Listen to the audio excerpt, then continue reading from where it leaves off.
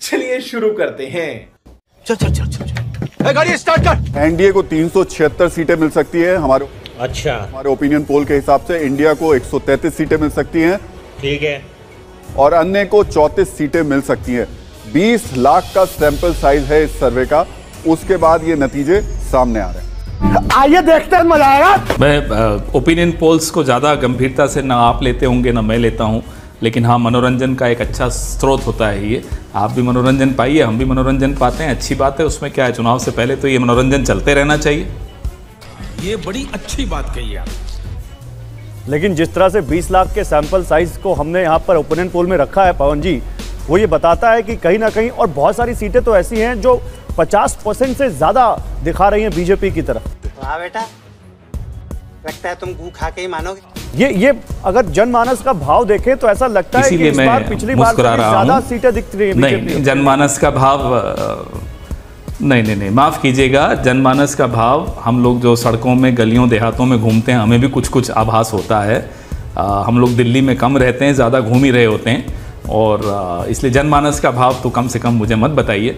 और मैंने देखा पिछले 3 महीनों में सोशल मीडिया पर, वो भी जनमानस का भाव है। जितने आप लोग पोल कराने की कोशिश करते हो, एक दिन में वो पोल हटा देते हो, पिंड ट्वीट हटा देते हो, क्योंकि इतना भारी फर्क आता है। मोदी जी बेचारे धड़ाम से नीचे उनका आंकड़ा गिरा हुआ होता है, और राहुल गांधी का और कांग्रेस पार्टी का बढ़ा हुआ होता है। हम देखते हैं कितनी बार वो ट्वीट गायब ही हो जाते हैं। अरे बाप रे, ये तो धोती खोल रहा है। हमें भी मालूम है जनमानस क्या है और क्या नहीं है, इसलिए वो छोड़िए, मनोरंजन प्राप्त कीजिए आप भी और हम भी। और 1991 से मैं ये सर्वे का क्षेत्र में हूँ, मुझे भी मालूम है क्या होता है, क्या नहीं होता, कैसे होता है, कैसे नहीं होता, तो इस पे क्या चर्चा करनी। गजब बेइज्जती है पवन जी, लेकिन ये बहुत ही इस वक्त गंभीर मामला है। तारीखों का ऐलान हो चुका है, अभी मनोरंजन में रहेंगे तो फिर थोड़ा सा मुझे लगता है आगे आपके लिए चिंता का विषय बन जाएगा।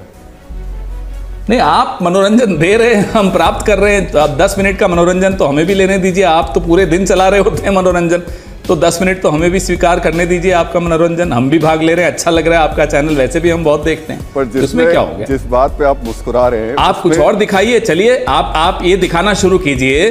नहीं, मैं बात खत्म कर देता हूँ। आप ये एक और आंकड़ा मैं आपको देता हूँ, वो दिखाइए। मनोरंजन खत्म होगा, सब गंभीरता से देखेंगे और आप भी दिखाएंगे।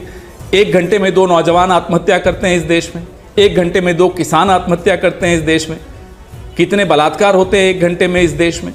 आप दिखाना शुरू कीजिए, ये सब मनोरंजन हटाइए ना, असली मुद्दों पर आइए ना। पवन जी, अब नहीं मानेंगे जी, अभी कैसे 45 साल का रिकॉर्ड टूटा है बेरोजगारी का, आइए ना उस पर चर्चा करते हैं। छोड़िए ना, ये आंकड़ों से ज्यादा महत्वपूर्ण वो आंकड़े हैं, कितने पेपर लीक होते हैं इस देश में, कितने सालों से इम्तिहान में एंट्रेंस टेस्ट नहीं होते। 7 साल उत्तर प्रदेश में पुलिस की भर्ती नहीं हुई, अब जाके एंट्रेंस हुआ, वो पेपर लीक हो गया। ये होते हैं आंकड़े। शाबाश बेटा, बहुत बढ़िया मुन्ना। आंकड़ों से अगर करना है आपको, तो ये आंकड़े तो आपके सामने रोज दिखा रहे हैं, आपको रोज दिखते हैं, आप उनको दिखाइए। ये तो चलता है, ये मनोरंजन इसीलिए मैं कहता हूं, क्योंकि इसका हकीकत से कोई वास्ता नहीं है, दूर है, इतनी दूरी है इसमें और हकीकत में। उस बेरोजगार नौजवान के परिवार से पूछो जिसने आत्महत्या की हो।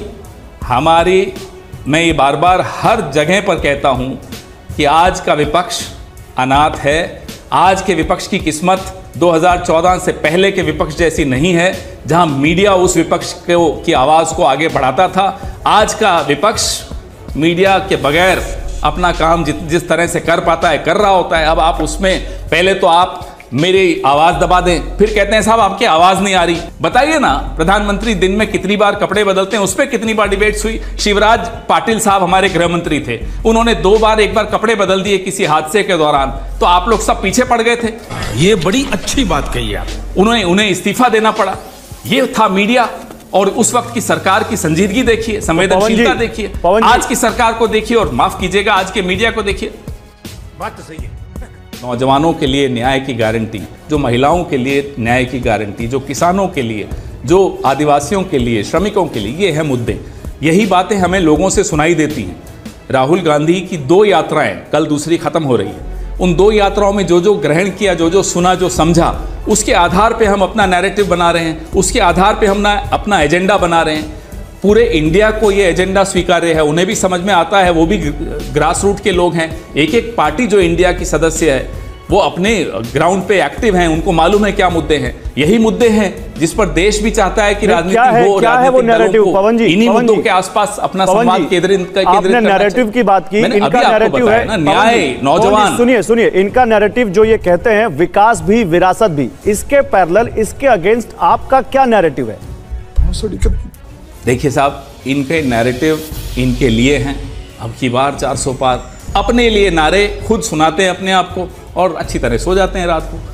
हमारी तमाम नैरेटिव, नौजवानों को 30 लाख रिक्तियां भरी जाएंगी, पहली नौकरी पक्की, पेपर लीक के खिलाफ बहुत मजबूत कानून। हमने तो ठोस आपको काम दिया है, ठोस एजेंडा दिया है, ठोस नैरेटिव दिया है। ये क्या हवाबाजी, ये क्या नारेबाजी है साहब? 100, 400 पार, 500 पार। ये मोदी जी को या तो चिंता हो रही होगी तो अपने आप को गालिब जो है खुद को समझाने के लिए ख्याल अच्छा है, वो वाली बात है इनके साथ। हमारा नैरेटिव तो रोज स्पष्ट होता जा रहा है। मल्लिकार्जुन खड़गे जी न्याय गारंटी की जब बात करते हैं तो लोगों को समझ में आता है। राहुल गांधी जी जब न्याय गारंटी की बात करते हैं, नौजवानों की बात करते हैं, लोगों को उन नौजवानों को समझ में आता है जो पेपर लीक के शिकार हुए कि साहब ये आदमी अगर कह रहा है तो ये बात करके दिखाएगा। बहुत बहुत शुक्रिया पवन जी हमसे बात करने के लिए। सुन इधर बेटे, मजा आया। इसी तरह की और वीडियो के लिए मेरे चैनल को लाइक कीजिए, सब्सक्राइब कीजिए और अपनी प्रतिक्रिया कमेंट बॉक्स पे हमेशा देते रहिए। नमस्कार।